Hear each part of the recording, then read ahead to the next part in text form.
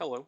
Today, I would like to talk about what I believe is the best version of Spectral Shield Throw in 321. I wanted to make this video as my previous video, in which I did a build showcase on my Energy Shield Lightning Raider Spectral Shield Throw, and in that video, I compared my build to different variations, depending on how much DPS investment each build wanted to do, with one of them being a pretty much complete class cannon, one of them being the typical meta build, the Cold Champion variant, and the last one being a hardcore version that Ben is using as a trickster. And now, while I said that technically there isn't one best build out of these four options, I do believe, personally, that there is a best overall build for SSD, and I will get into that now. So, on screen right now are some items, keystones, passives, ascendancies, auras, or anoints that I believe are way stronger than anything else in the game currently, and thus, if you were to make the strongest build possible, you would want to use these items. So the first item, being Comb Spirits, are head and shoulders above pretty much anything you can get in the glove slot, since this allows you to have a roughly 66% uptime on Berserk, and since Berserk is extremely overpowered, both offensively and defensively, I put Comb Spirit as a pretty much necessity for an extremely strong build, and since Comb Spirit is a life-based item, this is pushing you into a non-CI version of Spectral Shield Throw. The next item is Mage Blood. The reason I put Mage Blood on is because it is broken, obviously, as I believe the best current defenses in the game right now is converting physical damage into elemental damage taken. And since Mage Blood allows you to multiply your elemental resistance flasks that have an implicit of 20% less elemental damage taken, Mage Blood basically doubles that. It is like having a double fortify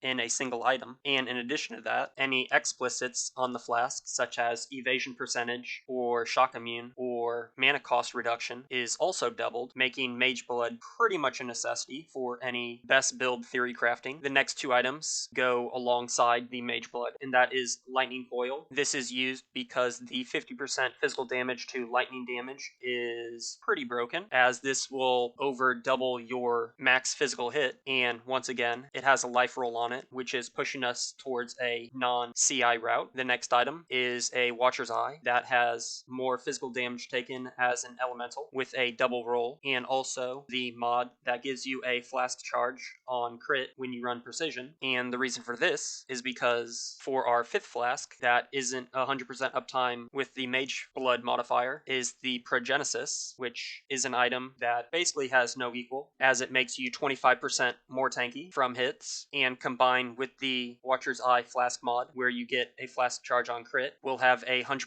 uptime along with your other flasks. Next, I will talk about the Scepter. The reason I place a Scepter here isn't because it's necessarily head and shoulders above everything else like the other uniques that I talked about. I just wanted to point out that since one of the weaknesses of Spectral Shield Throw is that the weapon is a lot weaker in terms of power compared to many other projectile-based builds, in which, for example, if you are a bow build, both your bow and quiver are extremely strong, as they provide pretty much all the stats that you want. For example, a quiver could give you 40% more damage with adding +2 arrows, or lots of crit multi, crit, attack speed, life, so all 6 mods and the implicits are really good. This really isn't the case for Spectral Shield Throw, and it especially isn't the case for the Lightning variant, as the Lightning variant has way less mods than the Cold variant, which is why I show this Scepter, in that the physical damage as extra cold damage is only applicable for the cold based, since there isn't an equivalent lightning to cold or something along those lines. And in addition to this, it also has a modifier that gives you Hatred aura effect, which pushes us to the life and cold base variant, in that Hatred, for some reason, continues to be the strongest offensive 50% buff in the game. Thus, since the cold version is best version, in my opinion, we will be going with the Emperor's Vigilance Steel Kite Shield, since there is no equivalent to the amount of armor and energy shield that you can get from this, even if you had a triple synthesis implicit mirror shield. And to round off the things that are are head and shoulders above every other option that you could take. I list Fortify, which is from the Champion Ascendancy, as Fortify is one of the best defensive mechanics in the game, alongside Brutal Fervor, which again is one of the best defensive mechanics in the game, as it decreases the amount of damage that you take by 10%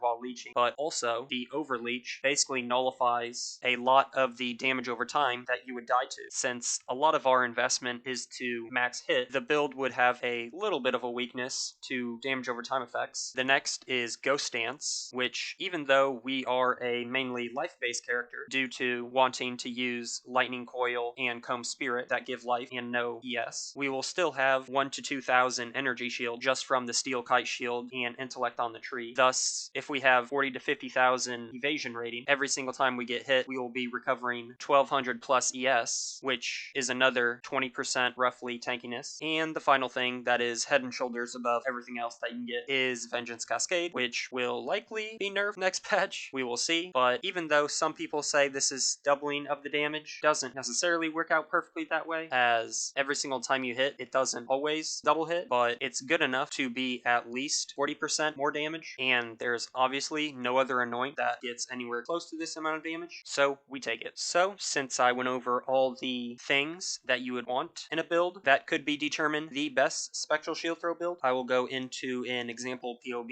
using all these items. So on screen right now is that POB, and before I get into the numbers, I just want to point out that all buffs that this character has are buffs that you will have 100% uptime on. Thus, these numbers do not account for any totem attack speed buff. It does not account for any Immortal Call or Molten Shell, and also it is not accounting for Berserk. Thus, what I will show is the 100% baseline of the character. So, what we are looking at is a effective hit pool of close to 200,000, a max hit of over 40k, max elemental hit of over 90k, and max chaos hit of over 50k. Thus, it is a bit of an understatement that this build is tanky as hell, and this doesn't include the Overleech that we have through the Forbidden Flesh and Flame jewels, and this does not account for the Ghost Dance that we have, and again, it doesn't account for the Berserk and Cast on Damage Taken Immortal Call. Thus, you could argue that the tankiness is double this in most, if not some, of the scenarios that you will be in. And how this compares to the 4 builds that I compared in my previous video, it is over double the tankiness of the typical meta build, in which I got this meta build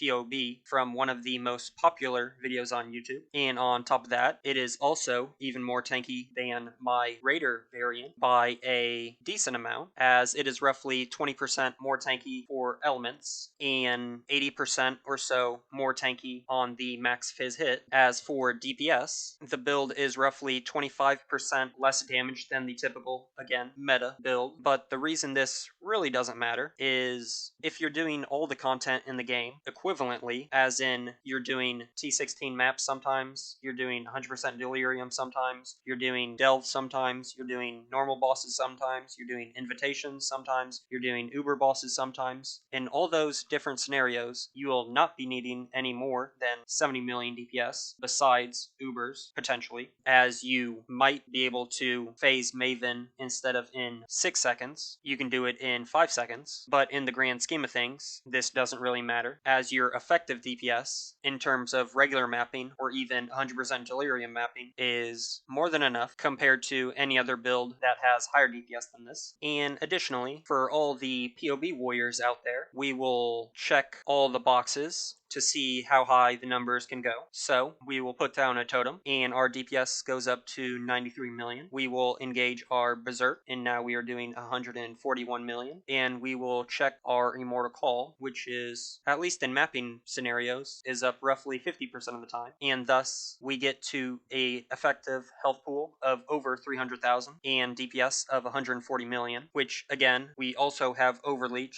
and Ghost Shrouds, which makes us even more tanky. So So I will quickly go through the gear, as it is not min-maxed, but I wanted to give a rough representation of what would be possible. So here we have a scepter with the physical to cold modifier and the hatred modifier. We have a 1000 ES Emperor's Vigilance Kite Shield. We have Heat Shiver, which is a reason that you would want to go the cold variant instead of the lightning variant. We have Lightning Coil. We have Comb Spirit. We have Tailwind Elusive Boots. We have Ashes of the Stars. We have 2 rings that are just capping off our accuracy and attributes. We have Mage Blood, Progenesis, and our triple elemental flasks that give us evasion, movement speed, mana reduction, and attack speed. And the reason we're running a quartz flask instead of a movement speed flask is because I believe phasing is borderline broken, as typically if someone is dying, it's because they are stuck in a position in which they're either being body blocked by a frost wall or a couple of tanky rares. Thus, with phasing, your character should never be able to be stopped because you can run through everything. Thus, this is another, I believe, underutilized defensive layer. As for the passive tree, we are going champion for the aura effect,